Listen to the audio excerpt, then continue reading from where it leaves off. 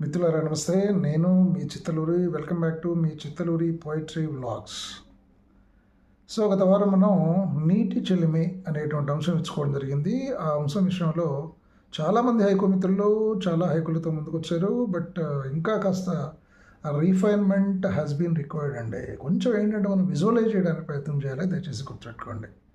ఇక మొదటగా దాంట్లో నేను చాలా హైకులు దాని మీద రాశాను. బట్ ఒక హైక్ తీసుకున్నాను నాది. ఎందుకంటే just to explain what in that haiku. Okay, that is my intention. నీటి చెలిమే నీలి నింగి తొంగి చూశాక వంగి తాగేవాళ్ళం. ఐ రిపీట్, నీటి చెలిమే నీలి నింగి తొంగి చూశాక వంగి తాగేవాళ్ళం. చిత్తలూరి. మొదటి లైన్లో నీటి చెలిమే అని చెప్పేసి మనం డైరెక్ట్గా నీటి చెలిమను ఇంట్రడ్యూస్ చేయడం జరిగింది. అంటే నీటి చెలిమ అనగానే మనకు ఆ చలమ చెలిమే సరే పదం ఏదైనప్పటికీ కూడా చిన్న వాటర్ కంటైనర్ అనమాట. అంటే సో దట్ ఈజ్ జనరలీ మనం ఒక ఏరు వారుతూ ఉన్నప్పుడు లేకపోతే నదీ పరివాహక ప్రాంతంలో కానీ ఆ ఏరు పరివాహక ప్రాంతంలో ఆ చుట్టుపక్కల ఆ ఇసుక కొంచెం తడిగా ఉన్న చోట మనం వేళ్లతోటి చేతులతోటి తోడతారనమాట. తోడితే దాంట్లో నీళ్లు ఉడతాయి. అట్లా నీళ్ళు అవి చాలా ప్యూర్ ఉంటాయి. స్టార్టింగ్లో మనకు మురికి ఉంటాయి ఇసుక మట్టి కలవటం వల్ల, కానీ తర్వాత అవి చాలా ప్యూరిఫై అవుతాయి అన్నమాట. అది నీటి చిలమ. చాలా బాగుంటాయి నీళ్ళు కూడా. సో అట్లా ఆ నీటి చిలమను మనం ఇక్కడ కవి ముందు ఎస్టాబ్లిష్ చేశాడు. తర్వాత రెండవ లైన్లో నీలి నింగి తొంగి చూశాక అంటాడు. నీలి నింగి తొంగి చూడటం ఏంది? ఇక్కడ ఉంది పోయిటరీ. నీలి నింగి అంటే నీలం రంగులో ఉన్నటువంటి ఆకాశం తొంగి చూశాక అంటే నీలం రంగులో ఉన్నటువంటి ఆకాశం ఆ నీటి చెలిమలోకి తొంగి చూస్తుందట. అంటే ఆకాశం నీలంలోకి తొంగి చూడటం ఏమిటి అని ఒక ఆలోచన. కోర్స్ కొంతమందికి అర్థం కాని వాళ్ళు కూడా కొంతమంది అడిగారు నన్ను, అసలు అదేంటి సార్ ఏముంది దీంట్లో అని చెప్పేసి. నీలి నింగి తొంగి చూశాక అంటే నీలం రంగులో ఉన్న ఆకాశం నీటి చెలిమలో తొంగి చూడడం అంటే ఇక్కడ మనకు what has been visualised according to the poet అన్నప్పుడు నీలం రంగులో ఉన్న ఆకాశం ఆ నీళ్ళల్లో ప్రతిబింబంగా కనిపిస్తుంది. That is what poet has visualised. Poet మనకు దర్శింపజేసింది ఏమిటంటే కవి ఇక్కడ నీలం రంగులో ఉన్న ఆకాశం నీటి చెనిమలో ఉన్న నీళ్ళల్లో ప్రతిబింబిస్తుంది అని దాని అర్థం. అందుకే నేను రెండవ లైన్లో నీలి నింగి తొంగి చూశాక అన్న తర్వాత వంగి తాగేవాళ్ళం అంటాడు మళ్ళీ కవి. వంగి తాగేవాళ్ళం అంటే ఇక్కడ ఇంకొక బ్యూటిఫుల్ విజువలైజేషన్. నిజానికి నీటి చెలువలో నీళ్లు ఎలా అంటే ఆ రోజుల్లో నీటిని తోడిన తర్వాత స్టార్టింగ్లో మురికి నీళ్ళుగా ఉండే మట్టి ఇసుకతో కలిసినటువంటి నీళ్లు అలా గుప్పుతూ ఉంటారు ఆ చెలువలోంచి పైకి. నేను కూడా నా అనుభవంలో కూడా ఉంది. మా నాన్నగారు ఒకసారి నా కోసం నీటి చెలువ అంటే మేము ప్రయాణంలో వెళ్తున్నాము, 3-4 కిలోమీటర్లు ఉంటుంది మా దగ్గర మూసీ నది. ఆ మూసీ ఇసుక మేటను మొత్తం మేము దాటుకుంటూ వెళ్ళాలి. ఆ వేసవి తాపానికి మధ్యలో దాహం వేస్తే మా నాన్నగారు స్వయంగా ఆ ఏటొడ్డున పచ్చి ఇసుకలో అట్లా చెలిమె తోడేవాడు. అంటే ఆ రోజులు ఈ వాటర్ బాటిళ్ళు ఇవన్నీ ఎక్కడవండి, నా 30-40 సంవత్సరాల కింద ముచ్చట అనమాట ఇది. సో అప్పుడు తోడుతూ ఉంటే ఫస్ట్ స్టార్టింగ్లో మొదలైన మురికి నీళ్ళన్నీ పోయాయి. తర్వాత మంచినీళ్ళు ఊరటం మొదలుపెట్టి ఆ మంచినీళ్ళు తేటగా నీళ్ళుగా ఊరేదాకా తేట నీళ్ళు ఊరేదాకా అలా అలా అలా నీటినంతటిని కూడా ఇసుక గుంటలోంచి తోడేయటం అనమాట. ఆ నీళ్లు స్వచ్ఛమైన నీళ్లు ఊరటం మొదలుపెట్టిన తర్వాత మురికంత పోయి స్వచ్ఛమైన నీళ్లు ఫిల్టర్ అవుతాయి. ఆ ఇసుక ద్వారానే ఫిల్టరే వస్తుంటాయి పైకి. అవి వచ్చిన తర్వాత ఏమవుతుంది, మనకి ఆ నీళ్ళల్లో మన ప్రతిబింబం మనకు కనిపిస్తుంది. అట్లాగే నీలాకాశం కూడా దాంట్లో ప్రతిబింబిస్తుంది. దాన్నే ఇక్కడ కవి నీలి నింగి తొంగి చూశాక అన్నాడు. అంటే ఇక్కడ ఇమేజ్, దట్ ఈస్ ప్రతిబింబం అనమాట. ఇక మూడోని వంగి తాగేవాళ్ళం.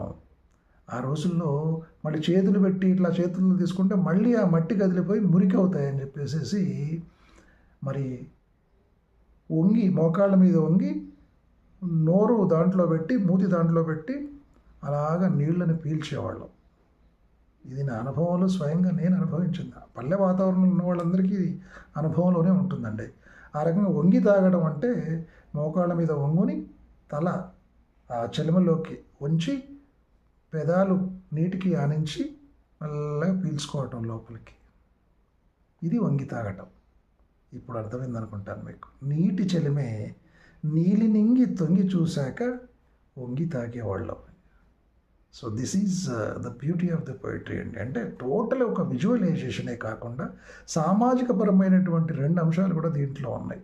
అంటే నీటి చెలిమను నిర్మించే విధానం కనబడింది, ఆ నిర్మాణం ఎట్లా చేస్తారనేది కనబడింది. ప్రకృతి అయినటువంటి నీలం ఆకాశం దాంట్లో ప్రతిబింబించడం ఒక మూమెంట్ హ్యాస్ బీన్ క్యాప్చర్డ్ అనమాట. ఐక్యూ యొక్క ప్రధానమైన లక్షణం ఏంటంటే ఐక్యూలో ఉన్నటువంటి ఒక మూమెంట్ను మనం క్యాప్చర్ చేయగలగాలి. ఆ ప్రధాన లక్షణం మూమెంట్ క్యాప్చరింగ్ అనేది దీంట్లో బ్యూటిఫుల్గా ఎలివేట్ అయింది. మరి వంగి తాగేవాళ్ళు, అందుకని ఒక దగ్గర అన్న నీటి చెలిమెకు చెరువు పక్క కలిసి తాగేవాళ్ళం లేగదూడ నేను అని కూడా ఒక హైకు రాశాను నేను.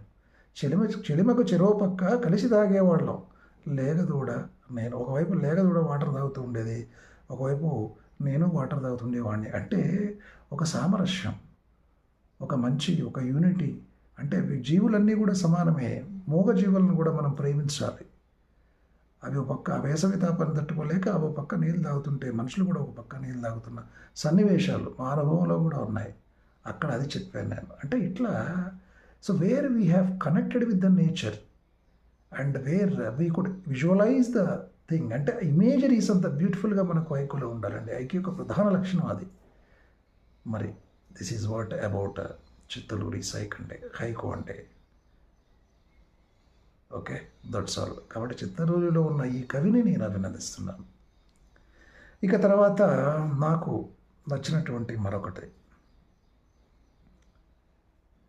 ఎలా వచ్చినవో కానీ అమృతతుల్యం కొబ్బరి చెలిమనేరు. ఎలా వచ్చినవో కానీ అమృతతుల్యం కొబ్బరి చెలిమనేరు, కంచి రవి గారు అంటారు.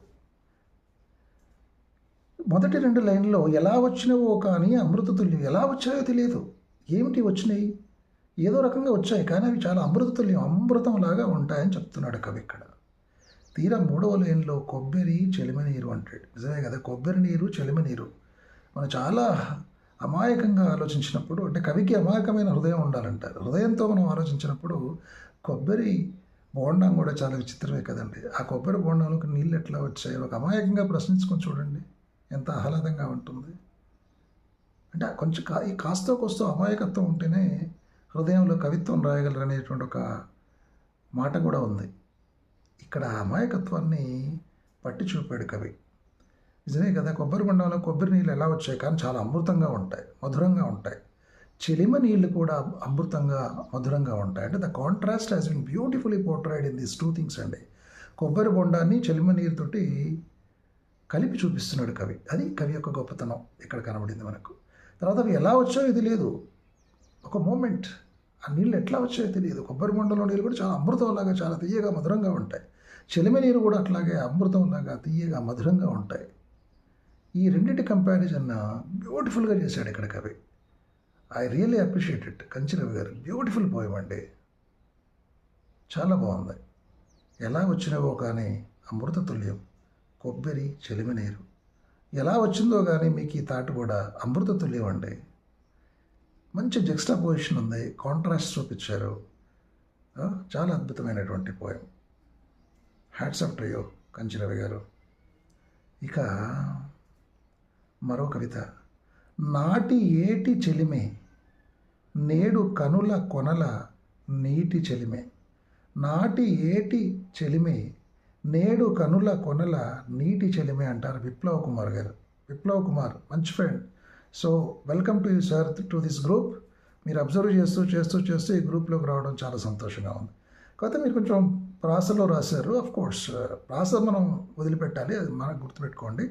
నాటి ఏటి చెలిమి, నాడు ఏరు అనేటువంటి చెలిమి అట నేడు కనుల కొనల నీటి చెలిమి అయిందట. మరి కనుల కొనల అన్నప్పుడే మనకు ఇది ఏ రకమైన నీటి చెలిమి అని తెలుస్తుంది. కన్నీటి చెలిమి. ఒకప్పుడు ఏటి చెలిమిలాగా ఉన్నటువంటి జీవితం మరి వాళ్ళ కన్నీటి చెలిమి అయిపోయింది. లేదా ఒకప్పుడు ఏటి చెలిమి చాలా ఉధృతంగా నీరు ప్రవహిస్తూ పంటలకు వాటికి ఉపయోగపడినటువంటి నీళ్లు ఇవాళ బాగా ఎండిపోయి చుక్క నీరు లేకుండా ఉండి అది కనుల కొనల చివర మరి కన్నీటి చెలిమిగా ఊరుతుంది అని చెప్పేసి బహుశా కవి సమయం దీంట్లో అట్లాంటి ఒక ఉన్నప్పటికీ లేనప్పటి సందర్భాన్ని ఒక నీరు సమృద్ధిగా లభించే ఋతువును, ఎడారిలా గోచరించిన ఋతువును కలిపి కవి సమన్వయం చేసి చెప్తున్నాడు ఈ పోయంలో.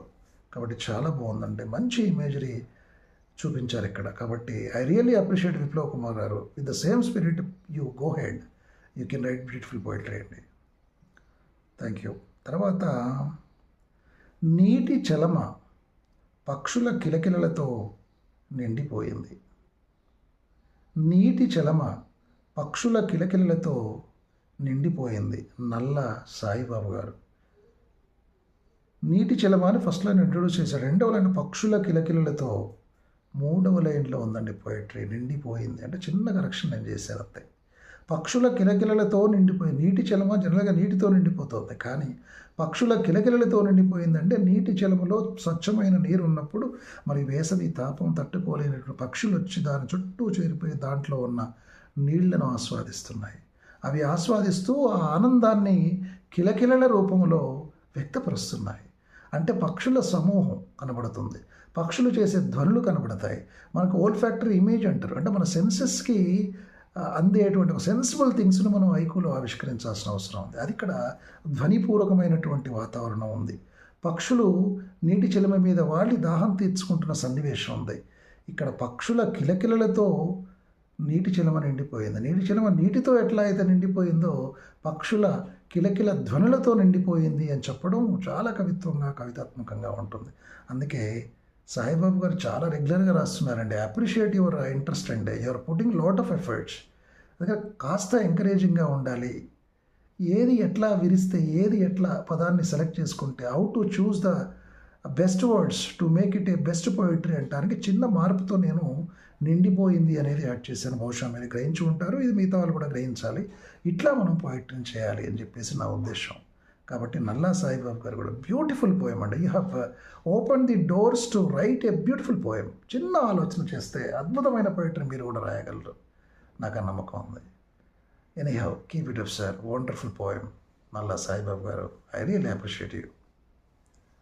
సో ఇట్లా చాలా తక్కువ పోయమ్స్, నిజానికి చాలా పోయమ్స్ రాశారండి, కానీ ఎక్కడో దగ్గర ఒక మూమెంట్ క్యాప్చర్ ఉండాలి, అది హృదయానికి టచ్ అవ్వాలి, వాహ్ అనిపించాలి, ఒక ఆహా మూమెంట్ ఉండాలి, ఇమేజరీస్ ఉండాలి, ఒక ఫ్రాగ్మెంటు ఫ్రేజ్ ఉండాలి. ఇవన్నీ దృష్టిలో పెట్టుకోండి. అద్భుతమైన ఒక్కో వారం చాలా అద్భుతంగా రాస్తారు. గత వారం ఎంత అద్భుతంగా రాశారు. ఇవాళ నేను కొంచెం చిన్న చిన్న మార్పులు, అంటే నేను ఆ పోయం నాకు తీసుకోవాలనిపిస్తుంది. అరే చిన్న మార్పు చేసుకుంటే ఇది అద్భుతమైన పోయం అవుతుంది కదా అన్న వాటిని మాత్రమే నేను తీసుకొని ఒకటి అలా చిన్నవి సరిచేసి మీకు వినిపించడం జరుగుతుంది. అది గమనంలో పెట్టుకోవాలి. బ్యూటిఫుల్ అండి. మరొకసారి వీళ్ళకి అభినందనలు తెలియజేస్తున్నాను. So this is what me Chittaluri poetry analysis. So మరి మర్చిపోరు కదా, ఐ వాంట్ యువర్ సపోర్ట్.